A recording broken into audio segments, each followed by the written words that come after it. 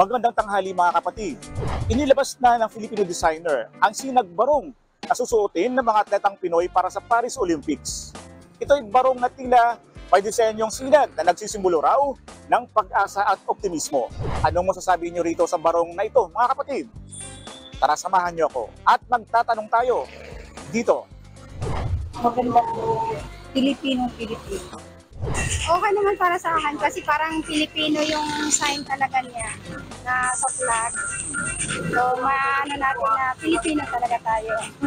Ang ganda ng pagkagawa ng barong, unique ang design niya, kaiba.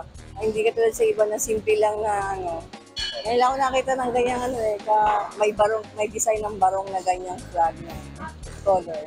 Ang ganda po ng naka-embroider doon. So, bisagisag po siya sa bandila ng ating Pilipinas. Dinadala niya po yung kung ano yung tatag, talino ng ating bansa.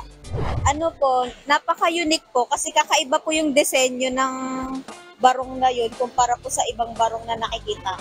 Maganda po kasi bansa po natin yung naka-disenyo po dun sa barong na yun. Okay naman yan Ayos lang. Kasi yung design sa atin, Pilipinas yung sa bandera natin, dinadala natin. Okay para sa atin Ako ang inyong hanin ng bayan, ang tunay at nag-iisang pantanggal umay sa pananghalian.